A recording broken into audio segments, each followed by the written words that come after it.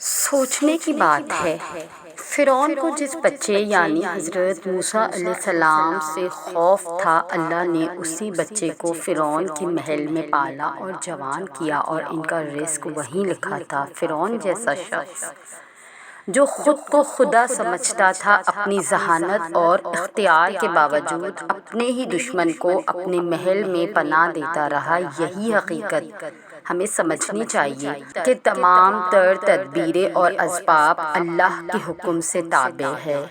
رزق اللہ دیتا ہے، بندے نہیں۔ مثال کے طور پر، اگر آپ کو کسی نوکری کی ضرورت تھی، آپ نے اللہ سے دعا کی، اللہ کی حدود میں رہتے ہوئے اپنی پوری کوشش کی، اور پھر اللہ نے اس شخص کو آپ تک پہنچایا جو آپ کو نوکری دے سکے۔ یاد رہے، اصل طاقت اللہ کی ہے، اس شخص کے ہاتھ میں رزق نہیں تھا۔ ہم یہیں پر اکثر غلطی کر جاتے ہیں کہ اسباب کو اصل سمجھ لیتے ہیں، حالانکہ اسباب اللہ کے محتاج ہوتے ہیں، نہ کہ اللہ اسباب کا۔ نعوذ باللہ۔ اللہ ہی ہمارا رازق ہے، لیکن یہ بات اکثر ہمارے دل میں پوری طرح اترتی نہیں۔ ہم اسباب پر اتنا بھروسہ کر لیتے ہیں کہ اللہ کے احکام ہماری ترجیحات میں پیچھے رہ جاتے ہیں۔ ہماری محدود سوچ ہمیں خوف اور بے یقینی میں مبتلا کر دیتی ہے، حالانکہ اللہ کے پاس ہمارے لیے جو کچھ ہے وہ ہماری توقعات سے کہیں زیادہ بہتر ہے۔ اسی لیے ہمیں بس اپنی کوشش خالص نیت کے ساتھ کرنی ہے، اللہ کے احکام کو اولین ترجیح دینی ہے، اور پھر نتائج کو اللہ کی مرضی پر چھوڑ دینا ہے، کیونکہ جو ہمارا رزق لکھا گیا ہے وہ ہم تک پہنچ کر ہی رہے گا۔ ہماری بے شمار ضروریات ایسی ہیں جو اللہ تعالیٰ ہمارے مانگے بغیر ہی پوری کر رہا ہے۔ مثال کے طور پر، آپ کی میز پر رکھا ہوا ایک پھل، نہ جانے کتنے پھلوں میں سے چن کر اللہ نے آپ تک پہنچایا، اور جب آپ نے اسے کھایا، شاید آپ کو یہ احساس تک نہ ہوا کہ اس پھل کی بدولت آپ کے جسم کی کون سی کمی پوری ہو رہی تھی۔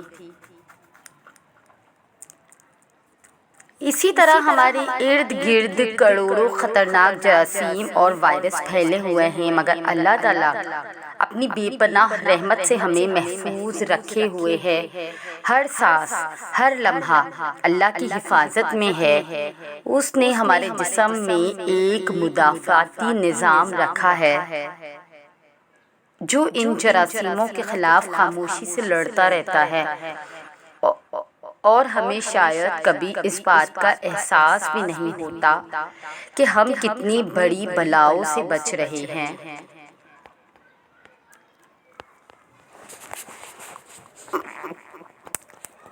اسی لیے ہمیں اپنی پوری کوشش کے ساتھ بار بار اللہ سے دعا کرتے رہنا چاہیے کہ وہ ہمیں عافیت کے ساتھ ایسے قدم اٹھانے کی توفیق دے جن سے نہ اللہ ناراض ہو، نہ ہماری ویلیوز پر کوئی کمپرومائز ہو، اور کبھی بھی اس سے کم پر راضی نہ ہونے دے جو ہم ڈیزرو کرتے ہیں، تاکہ ہم ہر لحاظ سے، چاہے ذہنی، جسمانی یا روحانی طور پر، صرف اللہ ہی کے سچے غلام بن کر رہ سکیں۔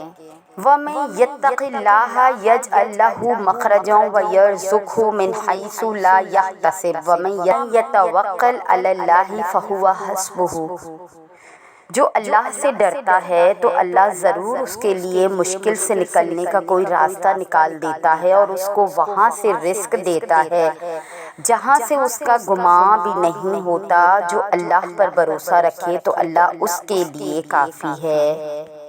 للہ ملک السماوات والارض وما فیہن۔ آپ کا رزق پہلے سے ہی مقرر ہے، اس لیے ان چیزوں کی فکر کرنا چھوڑ دیں جن کا کنٹرول آپ کے ہاتھ میں ہے ہی نہیں۔ آمدنی، ہم سفر، کامیابی، خوشی، اولاد، ان سب کا کنٹرول صرف اللہ کے اختیار میں ہے۔ اسی لیے آپ جتنی کوشش کر سکتے ہیں اتنی کوشش کریں، اور باقی کا معاملہ اپنے رب پہ چھوڑ دیں۔ اپنے رب پر یقین رکھیں، خود پر دباؤ مت ڈالیں۔ جو آپ کا ہے وہ تب تک نہیں رکے گا جب تک وہ آپ تک پہنچ نہیں جاتا۔ آسمانوں اور زمینوں اور جو کچھ ان میں ہے سب کی بادشاہی اللہ کے لیے ہے۔ حضرت علی رضی اللہ تعالیٰ عنہ نے فرمایا، جو 100 بار روزانہ یا سمیع پڑھے اور اس دوران گفتگو نہ کرے اور پڑھ کر دعا مانگے تو جو مانگے گا وہ پائے گا۔ قرآن پاک کی طاقت۔ سورہ یاسین تمام خواہشات کو پورا کرتی ہے، سورہ رحمان چہرے پر نور لاتی ہے، سورہ واقعہ رزق میں کشادگی لاتی ہے۔ تقوی صرف ظاہری اعمال سے حاصل نہیں ہوتا بلکہ دل میں اللہ پاک کی عظمت، اس کے ڈر اور اس کی طرف متوجہ ہونے سے جو کیفیت پیدا ہوتی ہے اس سے حاصل ہوتا ہے۔ سیدہ مریم کی شادی نہیں ہوئی تھی لیکن پھر بھی وہ ایک کامیاب اور مضبوط عورت تھی۔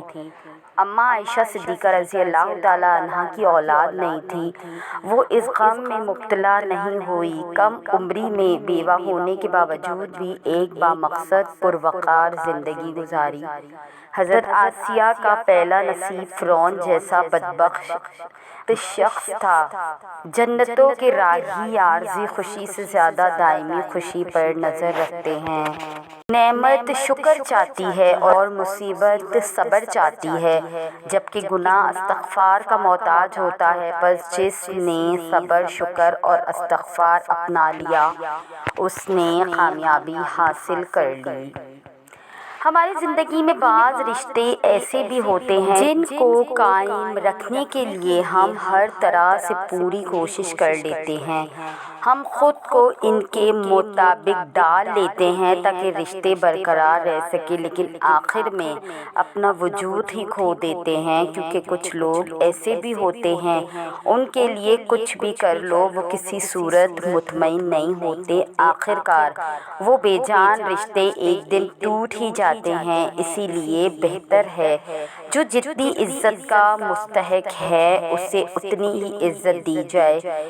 ایسے لوگوں کے لیے اپنے وجود کو تھکانا بے معنی اور لا حاصل ہے۔ اگر جو شخص چاہتا ہے کہ اس کی ہر حاجت مراد پوری ہو تو وہ یہ عمل کرے، ہر جائز حاجت مراد پوری ہوگی انشاءاللہ۔ جائز حاجتیں پوری ہونے کا عمل۔ یا ذل جلال والاکرام 321 بار پڑھ کر حسب توفیق کوئی میٹھی چیز بچوں میں تقسیم کر دیجیے، انشاءاللہ عز و جل مراد ضرور پوری ہوگی۔ اپنے رب کو کبھی ناراض نہ کرو۔ اچھی زندگی تو رب کو راضی کرنے میں ہے۔ اللہ کی ناراضگی کی نشانیاں: نماز کی توفیق چھین لیتا ہے، حرام تعلقات میں مبتلا کر دیتا ہے، انسان برے دوستوں کی صحبت اختیار کر لیتا ہے، والدین کی نافرمانی کرتا ہے، گناہ بے پناہ گناہ کرتا ہے، فضول کاموں میں وقت گزارتا ہے، قرآن مجید کی تلاوت نہ کرنا، برائی کو برائی نہ سمجھنا، توبہ و استغفار نہ کرنا۔ اللہ پاک کی ناراضگی کی چند نشانیاں: کوئی کیچڑ سے پھسل کر گر جائے تو وہ یہ بعد میں دیکھتا ہے کہ مجھے چوٹ تو نہیں آئی، پہلے یہ دیکھتا ہے مجھے کسی نے گرتے ہوئے دیکھا تو نہیں۔ اس کا مطلب یہ ہے کہ انسان کو اپنی جان سے بڑھ کر عزت پیاری ہوتی ہے، اسی لیے اپنی اور دوسروں کی عزتوں کا خیال رکھیں۔ بعض دفعہ شاید کسی بھی چیز کی ضرورت نہیں ہوتی، بس دل چاہتا ہے دنیا میں غار حرا جیسی خاموشی ہو اور ہم اپنے اندر کو باہر لے آئیں۔ اچھے الفاظ: تمام انگلیاں لمبائی میں برابر نہیں ہوتی، لیکن انہیں جب موڑ لیا جھکایا جاتا ہے تو سب لمبائی میں برابر ہو جاتی ہیں۔ بعض اوقات زندگی تب آسان ہو جاتی ہے جب ہم جھکتے ہیں اور نرم رویے اختیار کرتے ہیں۔ احساس ایک خوبصورت جذبات ہے۔ اپنی ذات کا احساس انسان کا پہلا حق ہے، مگر جو لوگ دوسروں کا احساس کرتے ہیں وہ لوگ بہت خاص اور عظیم تر ہوتے ہیں۔ رشتے وہی خوبصورت ہوتے ہیں جن میں احساس کا جذبہ ہو۔ ہمدردی تو ہر کوئی کر لیتا ہے، مگر احساس کوئی کوئی کرتا ہے، اور یہ احساس لفظوں سے ظاہر نہیں ہوتا بلکہ انسانوں کے رویے اور برتاؤ سے پتہ چلتا ہے کہ وہ آپ کے ساتھ کتنے مخلص ہیں۔ تو یہ تھی ہماری آج کی ویڈیو۔ اگر آپ ہماری اس کاوش کو پسند کرتے ہیں تو ہمارے چینل کو سبسکرائب کر کے ہمارے ساتھ جڑ جائیے۔ جزاک اللہ۔